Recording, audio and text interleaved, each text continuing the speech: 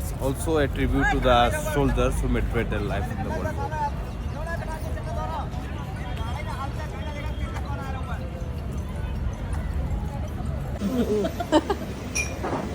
Different.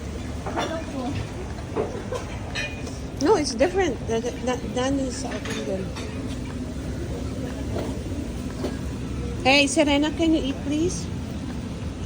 Come here, please. Nina. Mo. Mo, eat now, please. No. Momo. What? Off. Can eat first, huh? Okay. Turn off first. The battery will die. No. There's no part. You have a good sleep? Serena, can you sit here, please? Did you have a good sleep, baby? Yes. You do. What happened to your lips? I think. Huh? I've been to something. Huh? I've been to something yesterday. Did you bite it? No. What I've happened? been to something yesterday. Gagalit yung isa. Asan ang mami niyan? Si Kuya siya, no? Sean, you okay? Hi guys, good morning! Ito nga, maaga kaming gumising dahil ang aming itinerary ay maaga para hindi masyadong matao sa pupuntahan namin today. At alam ko na rin na mga sasabihin nyo na mga bata ay ang aga nakagadget. Siyempre, para hindi sila magulo sa loob ng hotel at nakakahiya. Kanya-kanyang parental skills lang yan guys, kaya relax lang tayo, okay? Lang namin ang mga bata ng energy dahil mahabang lakaran na naman ito guys. Kaya tara na! Since nasa Delhi naman po tayo, pag-usapan naman po natin ang Prime Minister ng India. Siya ay si kagalang-galang na Narendra Modi. Siya ay pinanganak noong 1950. Siya ang puno ng gobyerno ng Republika ng India. Siya ay galing sa Gujarati Hindu family in Vadnagar, Mensana District, Bombay State.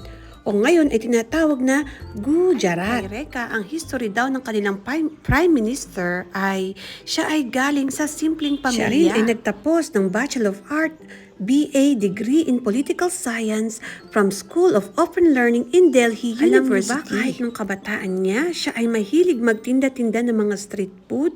Napaka-humble niyan at marami na po siyang natutulungan. Kahit wala pa siya noon sa politika. At alam niyo bang wala siyang asawa at anak, pero may pinalaki siyang Nepalese na alam niyo ba kung ano ang importanteng nagawa niya dito sa India? Liberalize niya ang Foreign Direct Investment Policies. Ibig sabihin noon, pinapayagan niya ang mga banyaga na mag-invest dito sa India at marami siyang reformang binago katulad ng mga country's labor law. At alam niyo ba kung bakit sinama ko na rin ang Prime Minister dito? Dahil ang tinutumbok ng Gate of India na lugar ay ang bahay kung saan nakatira ang Prime Minister. Ito ay tinatawag na Rashtrapati Bhavan in New Delhi, India.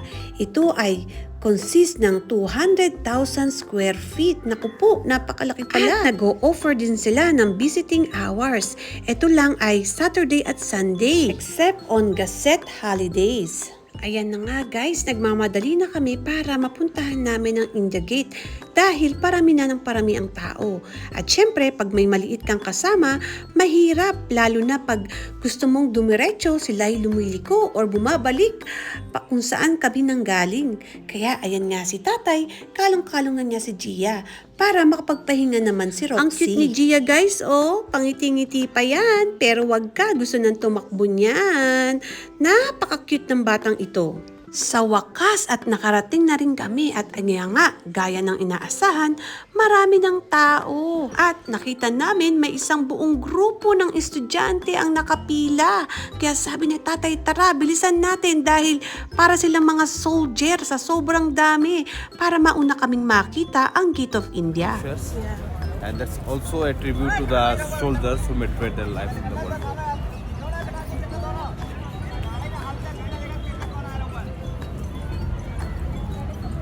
Ito na nga guys, welcome to India Gate.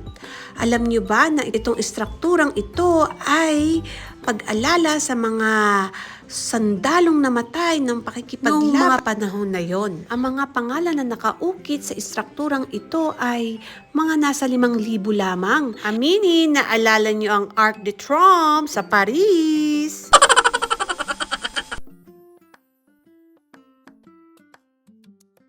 Hindi lang din ako sigurado kung dito or sa Paris na gaya ang arkitekturang ito. So that's the Indian Army's guard. So after 8 hours or after 4 hours, there will be another change, and then after you can see the Indian Navy or the Indian Air Force. Oh, so they switch different kind of armies. Yes. Okay. Different kind of defense system. I see. Okay.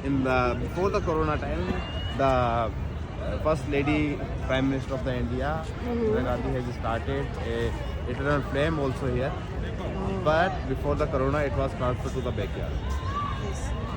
Okay, that's also tribute to the soldiers who were martyred in the different battles. So how many soldiers died here? Sorry. In the First World War, This one? almost 80,000 soldiers died in the First World War.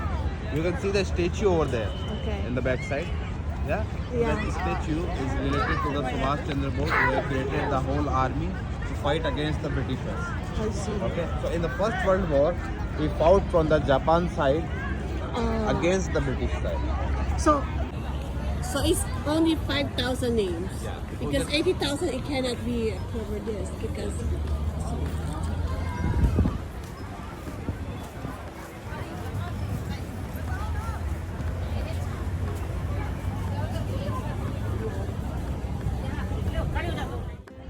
So these are the people died. yeah. See, mountain battery, the Gildar na action. Dami.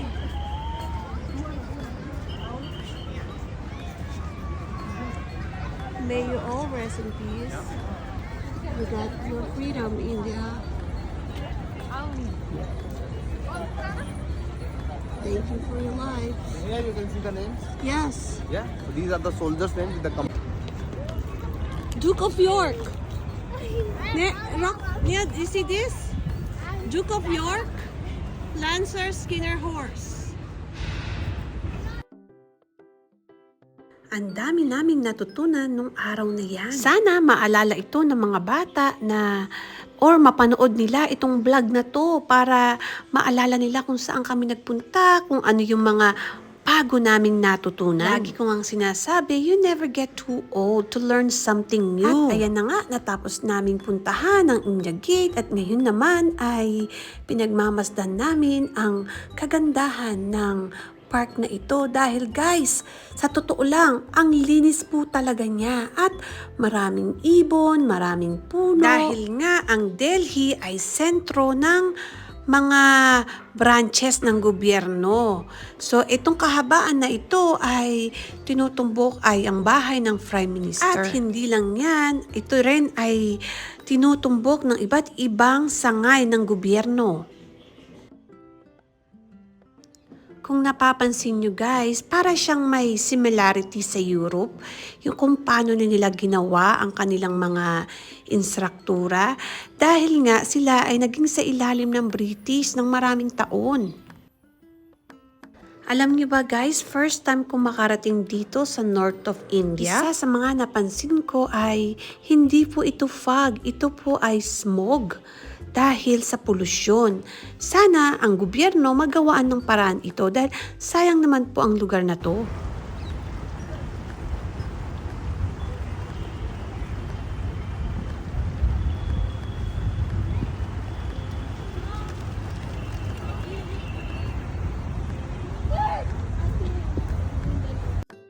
At ayan nga guys, pabalik na kami sa aming sasakyan at nakita nyo naman si Kuya at ang mga bata na naglalakad.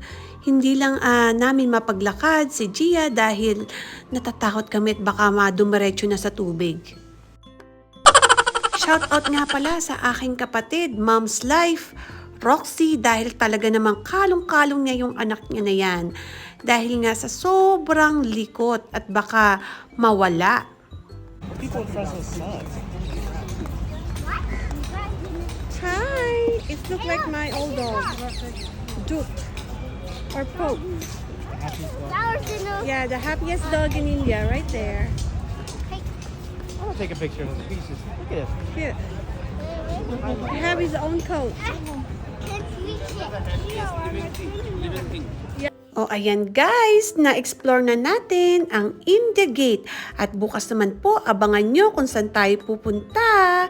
Ciao! Arrivederci!